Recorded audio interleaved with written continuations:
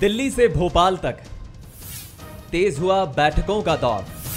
UP और गुजरात के बाद एमपी मॉडल की तैयारी। चुनावी साल आने को है।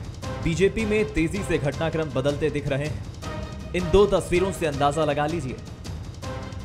दिल्ली में मुख्यमंत्री शिवराज सिंह चौहान ने प्रधानमंत्री से मुलाकात की और पीएम मोदी को ग्लोबल इन्वेस्टर्स समिट के लिए न्योता दिया। तो राजधानी भोपाल में सत्ता से लेकर संगठन में कसावट लाने के लिए बीजेपी की बैठकें हो रही हैं। मंत्रियों के विभागों के कामों का मूल्यांकन भी किया जाएगा। इसके लिए 6 मंत्रियों के अलग अलग ग्रुप बना दिए गए हैं। यानी बीजेपी 2023 की तैयारी में जी जान से जुट गई है। 23 का बिगुल तो बज ही चुका है, 24 का भी बिगुल बज गया है और भारतीय जनता पार्टी तो हमेशा अपनी तैयारी में रहती है। इसलिए ये व्यवस्थात्मक पहलू हैं। चुनाव में व्यवस्थात्मक पहलुओं की भी अपनी भूमिका होती है। मैनेजमेंट किस प्रकार से किया जाए, ये सारी बातें भी होती। तो इस नाते से मुझे लगता है कि केवल चुनाव नहीं, संगठन काम का सुदृढ़ीकरण, जो हमने बहुत पहले कहा कि ठाकरे जी के जन्म शताब्दी वर्ष पर हमने वर्षभर कार्य का विस्तार, कार्य के सुदृढ़ीकरण की भूमिका निभाई, तो संगठन काम के सुदृढ़ीकरण का भी एक हिस्सा है। उसमें चुनाव भी आता है, 2023 भी आता है, 2024 भी आता है। हर जिले में एक सीएम सेलो होगा जिले के अंदर, और वो सेलो प्रभारी मंत्रियों के संपर्क में उन्हें ग्राउंड रिपोर्ट देगा और प्रभारी मंत्री के द्वारा बताए गए कामों की जमीनी हकीकत भी उनको बताएगा। आज जो मंत्रियों के ग्रुप बनाए गए हैं, ये स्थायी मंत्रियों के ग्रुप हैं। अब ये स्थायी रहेंगे और हर महीने माननीय मुख्यमंत्री जी इन ग्रुपों के साथ में, मंत्रियों के ग्रुप और सचिवों के ग्रुप, दोनों के साथ में बैठेंगे। बीजेपी की कोशिश है कि मध्य प्रदेश को एक मॉडल के तौर पर पेश किया जाए, जिसमें पीएम मोदी और सीएम शिवराज के चेहरे को आगे रखकर रीजनल लीडरशिप को खड़ा किया जाए, ताकि 2023 में इसका बीजेपी को फायदा मिल सके। वहीं कांग्रेस भी विधानसभा चुनाव की तैयारी में जुटी है। PCC chief Kamal Nath social media पर एक के बाद एक ऐलान कर वोटर्स को लुभाने की कोशिश कर रहे हैं। हालांकि बीजेपी की बैठकों पर कांग्रेस का अलग नजरिया है। भारतीय जनता पार्टी और शिवराज सरकार अब कितनी भी बैठकें आयोजित कर ले, वो एक मिट्टी के ढेर में तब्दील हो चुकी है, धराशायी होने वाली है और इन बैठकों के माध्यम से कुछ हासिल होने वाला नहीं है। महाराज, नाराज और शिवराज का गुट ही भारतीय जनता पार्टी को 10 फुट गड्ढे में गाड़ देगा। जाहिर है कि 2023 के चुनाव में मध्य प्रदेश के साथ ही छत्तीसगढ़, राजस्थान पर भी बीजेपी का ध्यान ज्यादा है, क्योंकि इन तीनों ही राज्यों में गुजरात की अपेक्षा कांग्रेस की स्थिति मजबूत है। ऐसे में बीजेपी की कोशिश संगठन और कैबिनेट के कुछ बड़े नेताओं को अलग अलग जिम्मेदारी देकर रीजनल लीडरशिप पर फोकस करना है।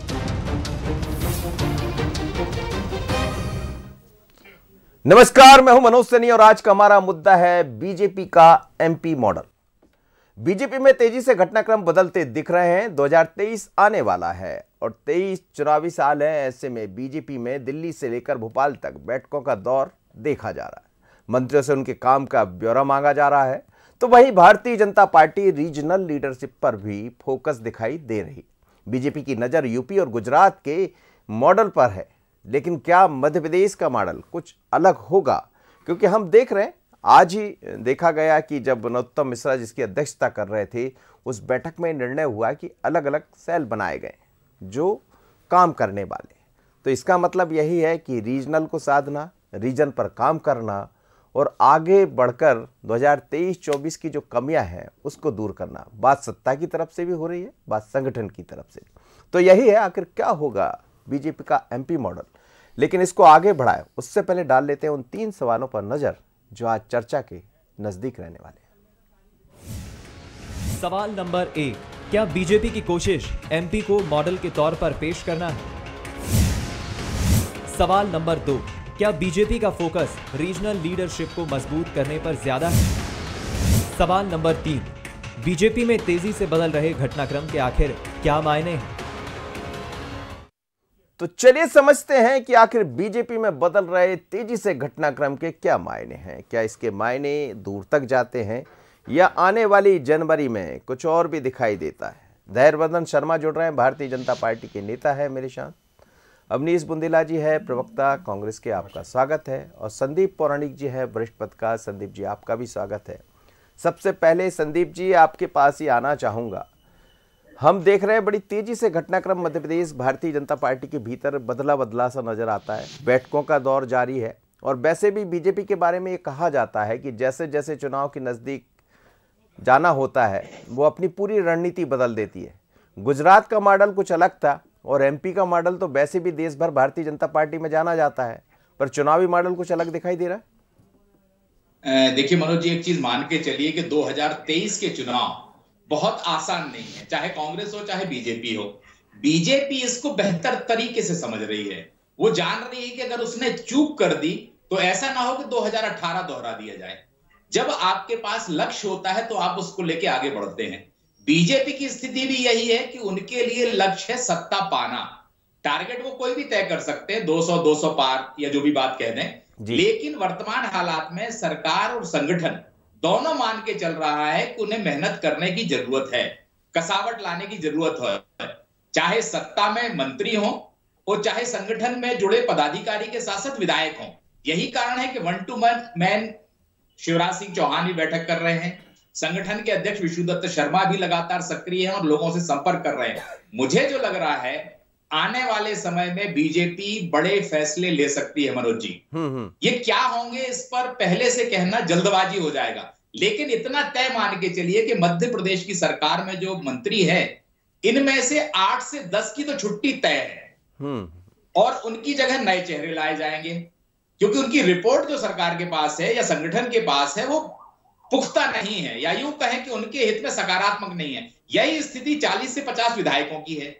अब अगर आप विधानसभा के चुनाव में इतनी बड़ी सर्जरी करते हैं जी, तो आपको उसके लिए मैदान तैयार करना पड़ेगा मनोज जी। तो मुझे लगता है कि अभी जनवरी और फरवरी में पार्टी मैदान तैयार करेगी और उसके बाद आपको हो सकता है चौके छक्के भी नजर आए।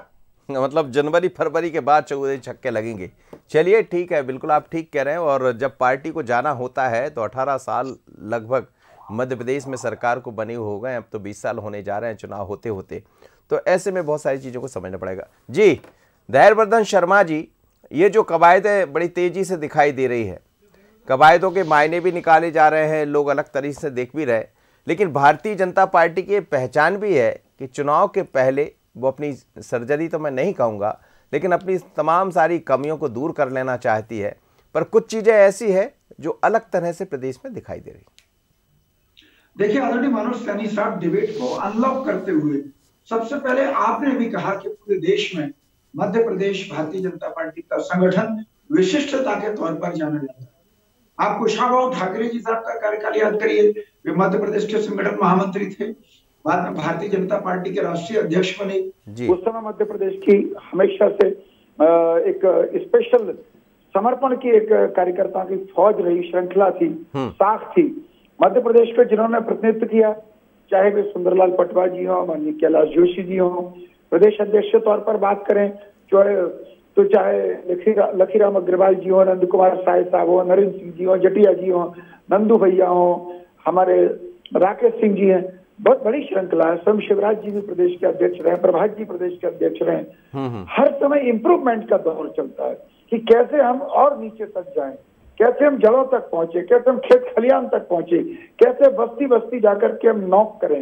ये भारतीय जनता पार्टी के मध्य प्रदेश के संगठन की विशेषता है और इसलिए देश में कहीं पर भी चुनाव होते हैं पूरी प्रामाणिकता के साथ, पूरी समर्पण के साथ। यदि किसी टोली पर भरोसा जताया जाता है तो मध्य प्रदेश के कार्यकर्ताओं पर वो देश के किसी भी हिस्से में जाकर के पूरी गुणवत्ता के साथ अपने कार्य को संपन्न कराते हैं।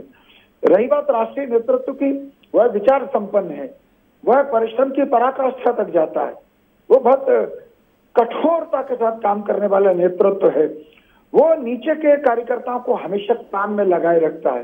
तो देश और प्रदेश का हमारा जो नेतृत्व है वो सबल है, वो सक्षम है, वो ऊर्जा संपन्न है, वो विचारवान है। इसलिए चुनाव का अवसर आता है तो हमारे पिछले 4 वर्षों से जो हमारी सक्रियता होती है उसको और तक कैसे लाया जाए, कैसे उसको परिणाम उपयोगी बनाने के लिए उसमें क्या नयापन जोड़ा जाए। सक्रियता 2018 में भी बहुत थी सर। जी, सक्रियता 2018 में भी बड़ी अच्छी दिखाई दे रही है।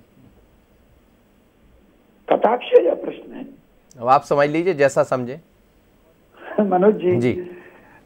देखिए, भगवत गीता में लिखा है कि परिणाम मेरे ऊपर छोड़ो, परिश्रम ईमानदारी से करो, तो परिणाम परमपिता के हाथ है, हम ये मानते हैं। भगवत गीता भगवान के ऊपर छोड़ दे? क्यों? जी, विधाता के द्वारा ही सब कुछ तय है। जी जी जी। परिश्रम का सवाल उसने हमारा बनाया है। हम ये स्पेशल धातु के बने कार्यकर्ता हैं जो पूरी शिद्दत के साथ, बहुत ईमानदारी के साथ अपने काम को अंजाम देते हैं। वो इस वर्ष में आपको देखने को मिलेगा। ठीक है जी। अवनीश बुंदेला जी, हालांकि बात भारतीय जनता पार्टी की हो रही है, पर ये बात 2023 की है। आपकी भी अपनी तैयारियां चल रही है, अलग अलग तरह से दिखाई दे रहा है, कई तरह बैठकों के दौर चल रहे हैं। हालांकि अब नया वर्ष आने वाला है तो थोड़ी सी इसमें एक अलग तरह का अंदाज दिखाई देगा। कांग्रेस की तरह से चलती है, पर बीजेपी की जितनी तैयारियां अब दिखाई दे रही है, निश्चित है कांग्रेस को भी उस तरफ बढ़ना पड़ेगा। देखिए मनोज जी, एक बात मैं कुछ उदाहरण देना चाहूँगा। महेंद्र सिंह धोनी जिसको कहें कि भारत का कहें एक सर्वश्रेष्ठ कप्तान कहें, रिकी पॉन्टिंग कहें, ये विश्व के सर्वश्रेष्ठ कप्तानों में से एक आते हैं।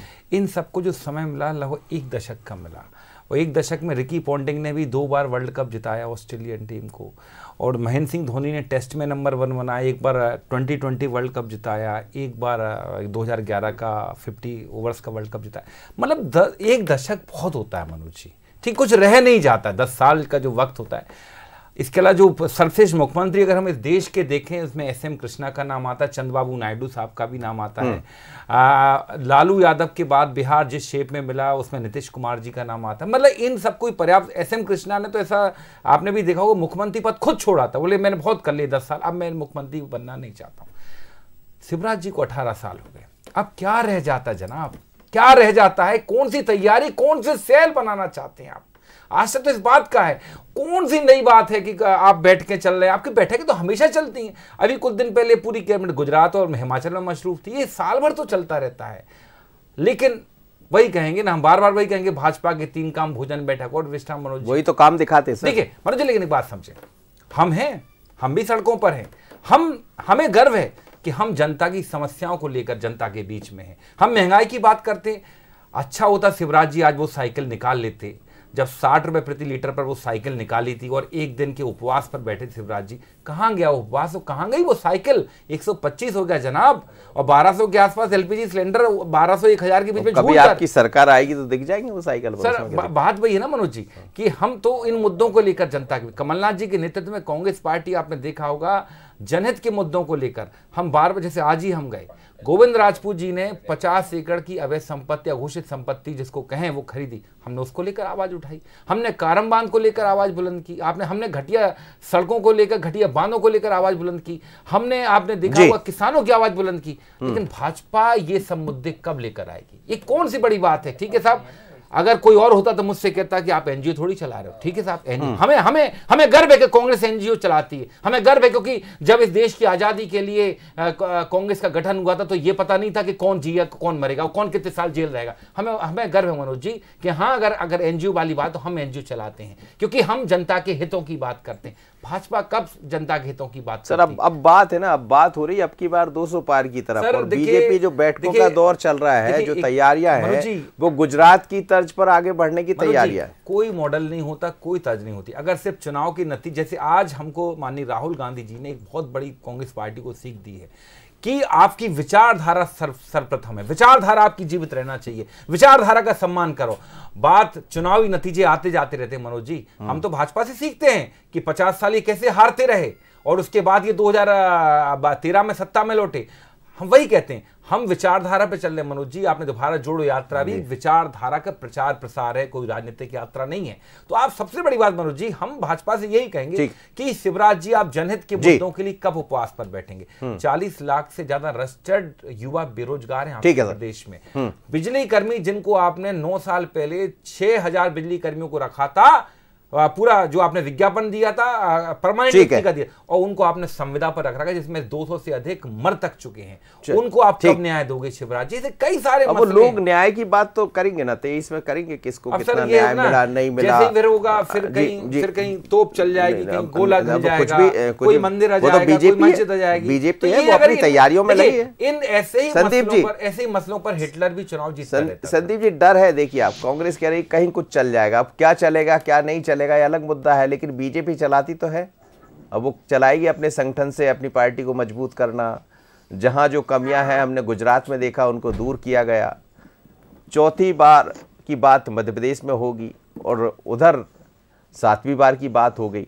तो क्या उसी मॉडल पर मध्य प्रदेश का एक नया मॉडल बनने जा रहा है? देखिए मनोज जी, किसी भी राजनीतिक दल के लिए चुनाव जीतना पहला लक्ष्य होता है। अब कोई कुछ भी कहे, विचारधारा की बात कहे, सेवा की बात कहे, कुछ भी कहे, आखिरकार सत्ता महत्वपूर्ण है। चाहे कांग्रेस हो चाहे बीजेपी हो, मैं उससे सहमत नहीं हूं, क्योंकि अगर आप सत्ता में नहीं है तो फिर क्यों चुनाव लड़ते हैं? आप अगर बातें ये करते हैं, वो कहना अलग मसला है राजनीतिक दलों का, मैं उसमें नहीं पढ़ना चाहता। लेकिन जहां आपने चुनाव की बात कही मनोज जी, आपको तैयारी करनी होगी। अगर आपको मैच जीतना है, आप फाउल मत करिए मैदान पे, लेकिन अगर आप तेज दौड़ के आप आगे निकल सकते हैं तो आपको आगे निकलने की कोशिश करना पड़ेगी, क्योंकि राजनीति में कोई नियम कायदे तो है नहीं है। चुनाव जीतना लक्ष्य होता है राजनीतिक दलों का, तमाम दल आरोप लगाएंगे। लेकिन जहां आपने बीजेपी की बात की मनोज जी, मेरा यह मानना है, यह अनुभव है अपना, 24/7 आपको काम करना पड़ेगा। पार्ट टाइम पॉलिटिक्स नहीं चलेगी। अब जैसे शिवराज जी की बात कही अवनीश जी ने, मैं सहमत हूं कि उन्होंने साइकिल उठाई। क्या मध्य प्रदेश में इस तरह की साइकिल उठाने की कोशिश हुई कांग्रेस की तरफ से? मेरा यह मानना है कि आप कह दें कि गोविंद सिंह राजपूत का मामला, काराम बांध वाला मामला, महंगाई को लेकर हमने कितनी साइकिल यात्राएं निकाली।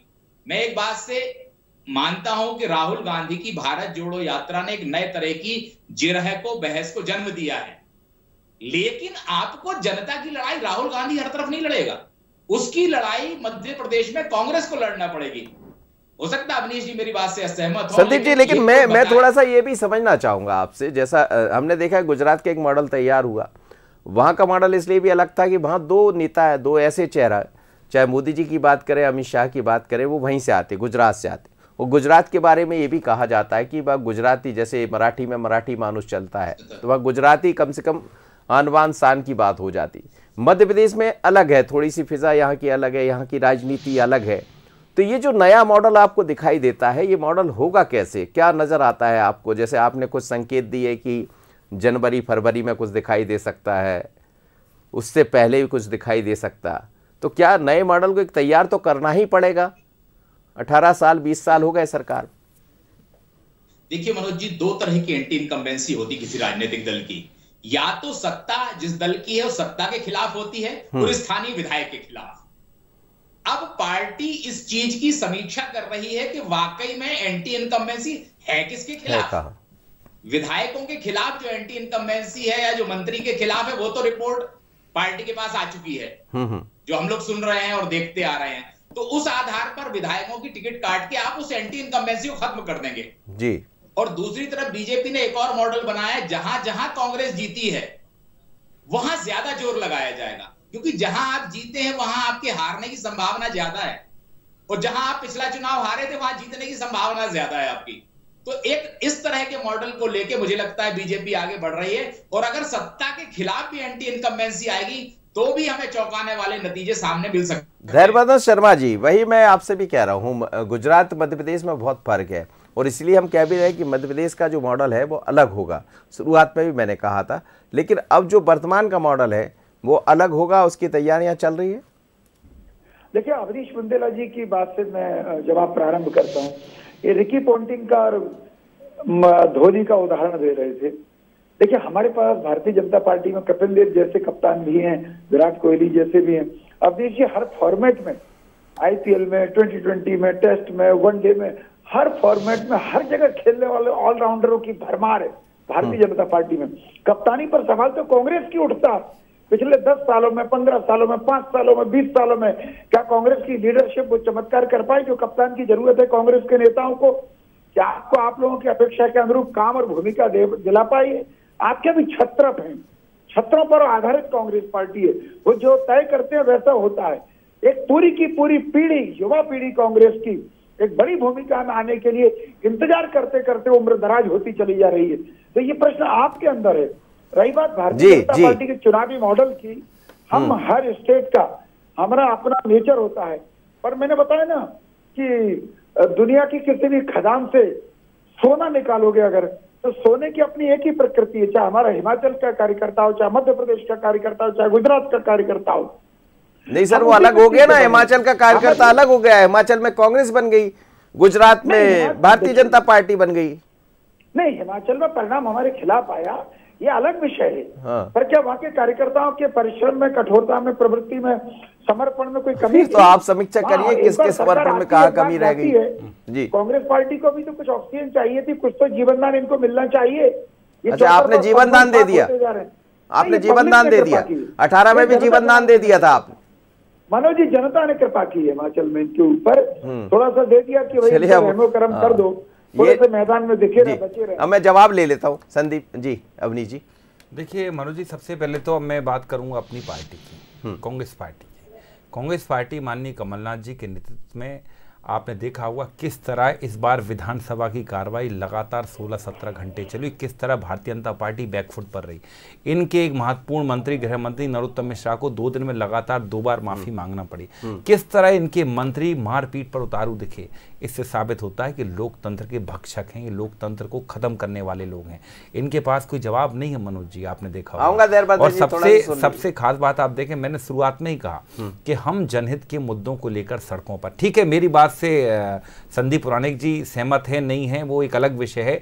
उनको लगता है साइकिल में, उनको बता दूं जीतू पटवारी जी ने एक बार इंदौर से भोपाल तक साइकिल चलाई, कईयों बार डीजल पेट्रोल की। इसके अलावा आप देखें दिग्विजय सिंह जी ने साइकिल यात्राएं की कईयों बार। ये हम लोगों ने बीच में जिले स्तर पर साइकिल यात्राएं निकाली मनोज जी, मैं भी एक जिले का प्रभारी रहा साइकिल यात्रा के लिए पहली।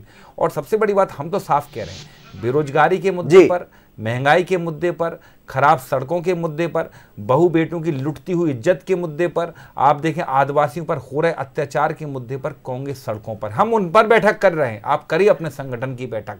संगठन कांग्रेस का, कमलनाथ जी भी कहते यही है कि हमारे को देखना है तो बीजेपी के संगठन मैं ये कह रहा हूँ कांग्रेस, बिल्कुल हम कह रहे हैं ना आपका संगठन मजबूत है। कांग्रेस का संगठन बड़ा ही नेचुरल और एक हिसाब से देखा हो मनोज जी मजबूत संगठन है, हमारा लोकतांत्रिक संगठन है। और आपने देखा होगा हम भी बूथ स्तर तक हमारे हम सब मेहनत कर रहे हैं और इसके परिणाम हमने, मुझे ऐसा लगता है कि 5 नगर निगम चुनाव जो हमको जीते हैं, क्योंकि इसमें आप देखें भाजपा ने 2 ग्रेस लगकर जीते हैं और 2 अन्य के पास चले गए। तो आप रुकिए थोड़ा सा। और बाकी ये जो कह रहे थे युवाओं को मौका देने की बात या नेतृत्व की बात, मुझे लगता है भाजपा के पेट में ये दर्द है कि हमने एक दलित को राष्ट्रीय अध्यक्ष क्यों बनाया। जी जल्दी से बोल दीजिए, समय नहीं, 30 सेकंड। हमारे यहाँ की युवा जो गलत संदेश गया, कांग्रेस पार्टी भारतीय जनता पार्टी सरकार के खिलाफ अविश्वास प्रस्ताव लेकर के आई।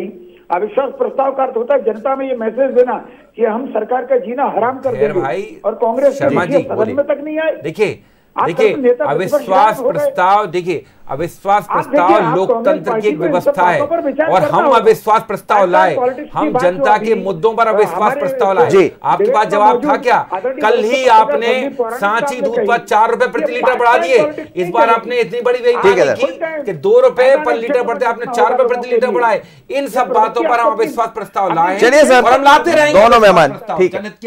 ठीक सर। संदीप जी चलते चलते 15 सेकंड में आपसे प्रतिक्रिया, क्या जो दिखाई दे रहा है कोई रीजनल पॉलिटिक्स की तरफ भी बीजेपी बढ़ने जा रही है? मुझे लगता है मनोज जी स्वाभाविक सी बात है कि जो क्षेत्रीय नेता हैं उन्हें ताकत दी जाएगी। आपने एक चीज और देखी हुई, कल ग्वालियर में जो कार्यक्रम हुआ उसमें बीजेपी ने एक संदेश देने की कोशिश की है कि हम सब एक साथ हैं, एक मंच पे हैं, और वो दिखा भी, चाहे सिंधिया हो, चाहे तोमर हो, शिवराज जी हो, बीडी शर्मा हो, सब साथ नजर आए। जी सर, चलिए बहुत बहुत धन्यवाद आप तीनों मेहमानों का मेरे साथ जुड़े। लेकिन मध्य प्रदेश में भारतीय जनता पार्टी एक अलग मॉडल पर बढ़ने वाली है और इस मॉडल में बहुत कुछ अलग भी दिखाई देगा, लेकिन कैसा होगा मॉडल उस पर नजर रहेगी। आगे देखिए, सीधे चलते हैं Bhopal science technology and innovation policy की तरफ, जहां सीएम शिवराज सिंह चौहान